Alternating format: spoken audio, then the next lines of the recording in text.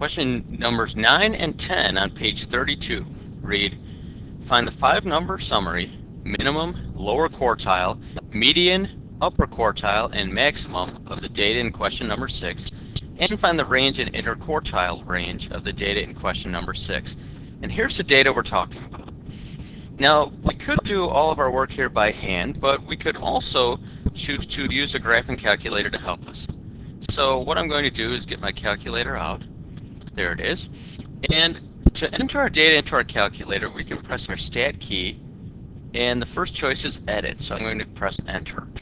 And to save a little time, I've got all that data entered into List 1 already. Notice I typed it in as is, no particular order. Once we have our data in a list, we can press our Stat key, and we can go over here to select Calculate. We want to calculate the very first choice, one variable stats. And our data is in List 1. If we press Enter at this point, it'll use List 1 as the default, but it's a good idea to always type in the list where your data is.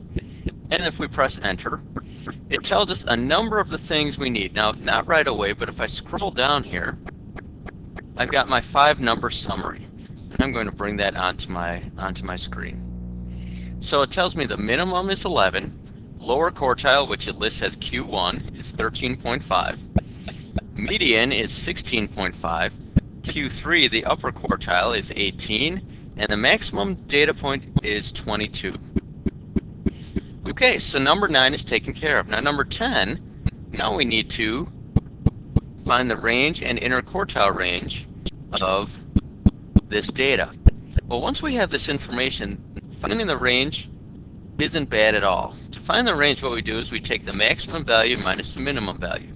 So 22, that maximum value, minus 11, and we get a range of 11, meaning from highest to lowest, this data has a range of 11 data points.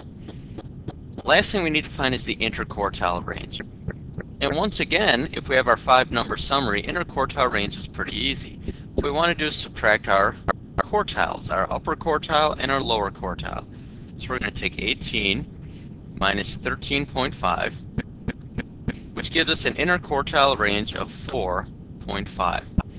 So using our graphing calculator, we're able to get our 5-number summary pretty quickly.